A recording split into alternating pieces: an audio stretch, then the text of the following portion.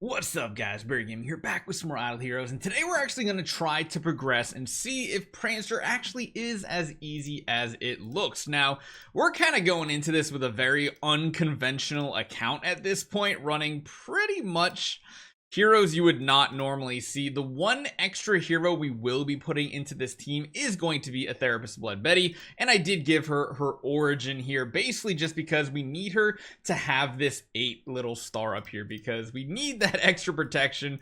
And let's see what we can do. Now, immediately the first few difficulties are hard because you're reducing the attack of all your allies by 95%. That's going to be like that for a couple, and then it's also going to be all damage reduction. So if you can get lucky and find some planets that actually did hit Transcendence Hero Protection, that'd be good. However, we did not at all. So this is going to be the team we're going to be running. I guess we could potentially use Eos as well, but I think the smart play here is running a team like this, having Betty on the team with energy still. That way you can get that crowd control because that's one of the best survivability tools. And you can see how much damage compared to the last video she's taking compared to before. Before she was taking a ton of damage without that Destiny transition unlocked.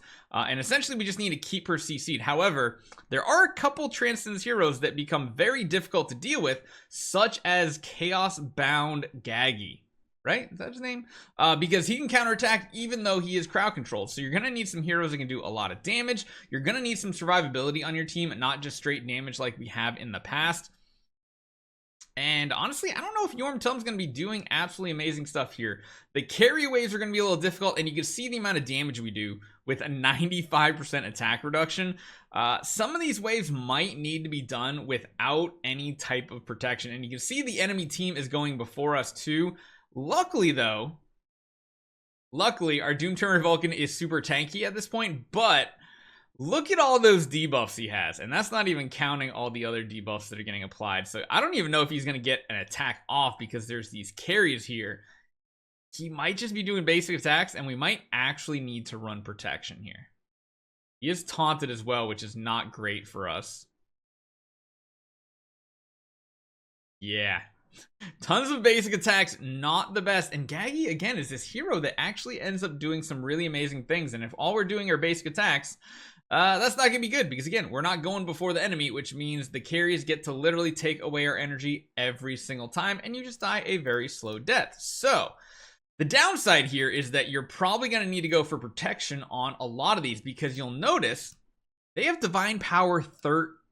That means we are pretty much at a negative on the good majority of our heroes. And then heroes like Yormtum and Vulcan are pretty much net even with them. So we literally have all those protections just to make sure we don't get completely nuked in round 1, which is pretty insane. This is probably going to be something where we have to actually use a more proper account. We can't just do it with our randomness, having heroes in our lineup like Doppelganger Natalia. Man, even there, that active skill still did very little damage to the enemies there, which is just crazy to see. We need to make sure we keep those carries locked down. And you can see, even having our Betty with like an energy artifact, it's actually not the best strategy anymore. She needs to be tanky. If she's not tanky, she's not gonna be able to keep applying that crowd control, which might mean heroes like doubling up like her plus Starwing Jara might actually be a pretty cool strategy from now on. Wow. Yormtum literally did like 0 damage right there. Now we do need to keep our team alive. That's one of the biggest things because we need basically bait targets for the carries to be hitting. If the carries keep hitting our Vulcan, we're just never gonna win. Right here, every time the carries take the Vulcan energy away, we're just like in such a worse position. The downside is they're carries, so they're gonna continue to come back. all right, let's see. Luckily that enemy Vulcan's not too dangerous. Oh, go figure. Go figure. Yet again, we just completely lose all of our energy. Yet again, Yormtum is doing good. Melodic Strings might not be the best pick for him on this situation. He might be better using something defensive. Hey, maybe. Hold on. Wait a minute. Let's see what this round does. Here he goes, right? Of course. Of course. Every time she drains the energy. Without fail. Do we actually get around with both carries down? It doesn't matter because we don't have energy and we're silenced because Vesa. These combos are going to get a little annoying. This might be our chance to get a win right here with our Vulcan because he's got his power up, his Super Saiyan mode going, and we should be able to do a ton of damage here. Yep. That seems to be the strategy. So, one thing I want to make a change on is our Betty. I just want to put something super tanky on her, let her survive a bunch of rounds, get some more crowd control off, and that's just going to make things a whole lot easier. However, you'll notice there's some enemies in here that are really tricky as well, and there's other lineups that are more of the old school. Now, again, I don't know if we can beat these without protection. The first few versions, like difficulties, are going to be a little difficult. And the only downside of our account right now being the light meme team means we might not as easily clear it if we had a proper account setup. Granted, we still have some good damage dealers, but I don't know if that's going to make much of a difference. You can see even that melodic strings barely putting a dent in there. I almost feel like our account is more of a Doom Terminator Vulcan main account now, and Yormtum is going to be like support, which means Yormtum using melodic strings is just more of a liability. Even right here, we're just going to get basic attacks off almost this entire time, and we're not really going to do a ton of damage. So let's go back to Yormtum. You need to just run something else, sir. You probably need to run a crown. Man, it almost makes me want to get the new version of the crown. Granted, we could use the new version of Magic Stone Sword. That could be good. But yeah, a lot of these planets, I feel like we are going to have to run protection. We just got to hope you hit protection very early on because you only have so many protection signets. Granted, you can get more as you go through the fight. But waves like this that have tons of carries might be difficult. But again, with protection, it makes it a whole lot easier. This is where you're going to run into issues here. So are you going to be able to clear on the first time? Holy cow, in this situation, this is literally the worst thing that could possibly happen to you. And even going up against Transcendence heroes might actually be easier than going up against carries and Garudas, to be honest. Like, yes, they have a Betty. Yes, they can do a bunch of CC, but so can we at this point. But again, if there's no carries, I feel like that automatically makes the wave so much easier. Like, so much easier. Because if they don't have carries, we get our guaranteed active skills off, and that means we're going to be able to do a lot more damage where maybe we don't need the protection on every planet. Some of this is going to be RNG based on if we get the right planet rolls, have to re-roll planets, but yeah, overall this should be pretty good. But man, even though he's doing tons of damage, these waves can be really annoying because they have heroes like Scarlet Queen Halora. Even seeing like Yormtum and stuff on here is interesting. So let's see if we can just smash through a few of these so we're not taking too much time. Man, these planets are difficult when you have a lineup like ours. Usually you want to run like 4 or 5 support heroes, throw in like a Hyperspace Hunter Ilamok too, which will probably change this up. So in reality, if we drop you and we run you, will probably be better. But again, this is another hero because we're on our meme team. We don't have the protection we technically would because we want to get shields on all of our heroes for more survivability. But being that he has no destiny transition, your hero is essentially useless. So this is where accounts that have tons of destiny transition, especially spread across a bunch of support heroes, is really gonna pay off dividends here. Yeah, that Betty is a huge issue too. So Betty is going to be one opponent you really want to try to avoid, whereas potentially running against some of the older teams might not be as bad. But you can see this is still pretty difficult for a lot of players.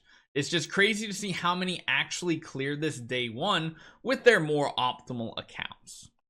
Again, carries are just really annoying to deal with. The Drake defense down is really annoying too. So there's still going to be a lot of opponents here that even with protection are going to be a problem for a lot of accounts here. And there's really interesting, this is like the most varied lineups we've seen in a while in Void Vortex, which I will say is good. Having the variety is really awesome. But if you do have enough attempts, you probably can save your protection signets for something different. Yeah, I mean, you could probably save them. You just gotta spend some gems and re-roll. That's probably the best way to go about it. But yeah, the second you see a Drake, that's almost like an instant loss, I feel like, on your team. Whereas if you have some other teams like this, you might have a better chance. Although the Betty still is going to be a little sketchy. I'm going to try to push this today. I'm not going to record all of it because it's going to probably take a lot of attempts. But I feel like we should be able to get this just with a certain number of gems. And again, if we can find lineups that don't have Drake, that don't have carries, that'll be perfect. But just about every single lineup has Drakes and has carries, because that is the special here. It almost feels like the Groot is not even as dangerous anymore. Man, the enemy Vulcan probably took us out. Let's watch this one right here, because I want to see how much damage this enemy Vulcan can do to your team. Feels so weird using Betty with like a crown. And even with the crown, she's still so squishy that she did not even get her active off. So even though she does have what?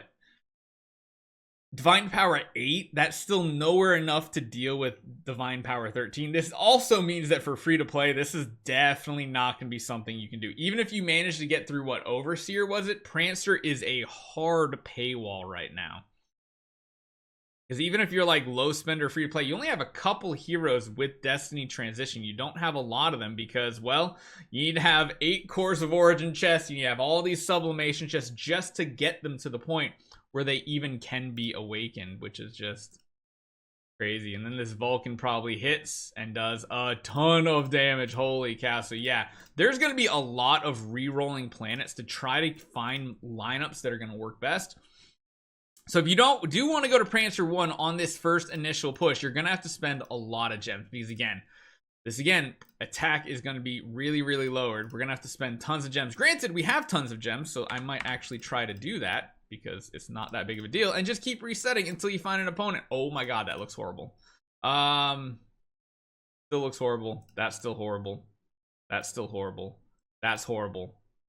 Oh my god, everything's horrible. There's like, this is probably the best lineup we've seen. But again, we're now to Divine Power 14, so it's just going to keep ramping up in difficulty. And yeah, we'll have to see how this goes. I'm going to try re-rolling a ton, but the fact that even at this point, even at the second layer there, we're at a negative right here. So the enemies are doing 10% more damage to our main damage dealers, and I mean, they take 10% less damage, and some of them are upwards of this spot depending on the Divine Power. So whew, the meme team might be struggling here for a little bit. We'll see what we can brute force, though. Hopefully you guys enjoy this one. Let me know if you guys already beat Prancer. There we go, and I'll see you guys next time.